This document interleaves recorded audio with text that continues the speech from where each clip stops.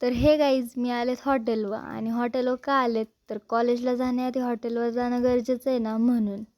काल आहे ना लॉन्ड्री बंद होती त्याच्यामुळं काल बाप्पांना कपडेच भेटले नाही. आज गेलेत तर आज त्यांना कपडे भेटलेत.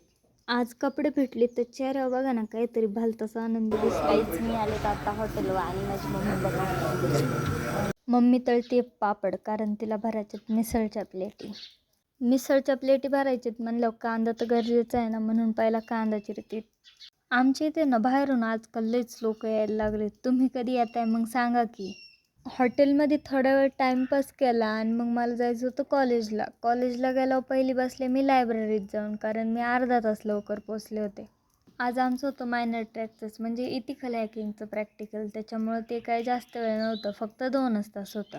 आता हॅकिंग म्हटलं मी दुसऱ्या कुणाचा ईमेल न यूज करता पहिला माझंच केला. काय झालं तर आपल्याला होईल, दुसऱ्यांना होणार नाही म्हणून. आणि मग घरी येता येता मला चौकातच भेटला आमचा विकीदादा. विकीदादा भेटला म्हणतो मला व्हिडिओत घे म्हणून त्याला पण आज घेतलाय.